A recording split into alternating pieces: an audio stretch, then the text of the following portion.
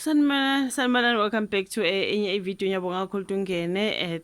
Thank you very much. Ngicela ungakhohlwa ukusubscribe. Mangaba ka subscribe, please do so, like video, share video as well as ukubuka ke ama ads. Now guys, asikhulumeni ke ngodaba luka Duduzile. Sizwile ke kuthiwa ke trial yakhe iqalile namhlanje when it comes to ke icala lakhe lela le July unrest, something like that ke bebebhale ngakho ukuthi ziyasuka ke ziyasuka leyo ngecala lika Duduzile Zuma Sampundla. So kuthiwa ke kodwa uGillian ubukeka ezikhululekile nje unkosikazi Duduzile Sampundla enkantolo emantla lapha eThekwini njengoba kuqala ukuqulwa kwecala lakhe namhlanje kuze kube uNovember 2021.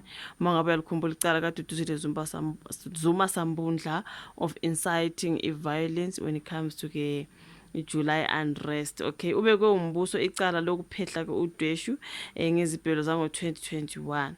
So uZuma Sampundla usola ke umbuso ngokuthi wayegqugquzela ke izibhelo zango 2021 ezashiya umonakalo omkhulu kwaZulu-Natal naseGauteng.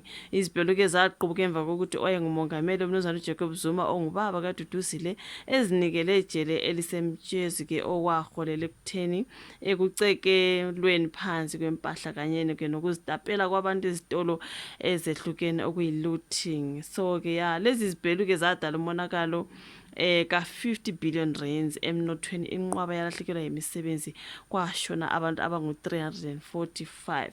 So yilona cala kaDuduzile ke bafowethu liyaqhubeka ke enkantolo enkulu yaseThekwini, something like that. Ubukeke khululekile kodwa yena uGel ukhululekile nje, angazi ke ukuthi ke iyohamba kanjani indaba yakhe. Let me see, ngibone ibhaliwe I think somewhere ka MDN News khona la bebebhale khona ngodaba lukaDuduzile. Ngathi ukhulunywa ke ngeJacob Zuma Foundation kuthiwa ke khona bayagxeka nje konke lokhu ke ukubekwa icala kaDuduzile. Kuthiwa iJacob Zuma Foundation condemns upcoming trial of Duduzile Zuma Sampundla as political prosecution. Kuthiwa ke the Jacob Zuma Foundation has issued a strongly worded statement condemning what it calls the renewed abuse of state power against former President Jacob Zuma's daughter uDuduzile Zuma Sampundla ahead of a trial scheduled for tomorrow at the Durban High Court. So the foundation alleges that Zuma Sampundla faces politically motivated charges of terrorism, incitement of public violence and related offences stemming from her social media posts during the July 2021 unrest in South Africa. Those riots erupted following former President Jacob Zuma's imprisonment for contempt of court, resulting in more than 350 deaths and billions of rands in damage. Now the state's case against Ms. Zuma Sampundla rests on a bizarre premiere that her social media posts somehow incited unrest. The statement reads, it claims her posts were reactive commentary during a period when millions of South Africans were expressing anger over her father's imprisonment. The foundation argues that the charges represent an attempt to criminalize freedom of speech, suppress political expression, pointing to liberation era slogans such as Amandla and Azishe as part of South Africa's historical struggle election. Now, the statement also references the prior legal backlist of Zuma Sampundla's brother Duduzane Zuma, highlighting failed prosecutions related to alleged state capture and a car accident, portraying these cases as part of a long-standing campaign against the Zuma family.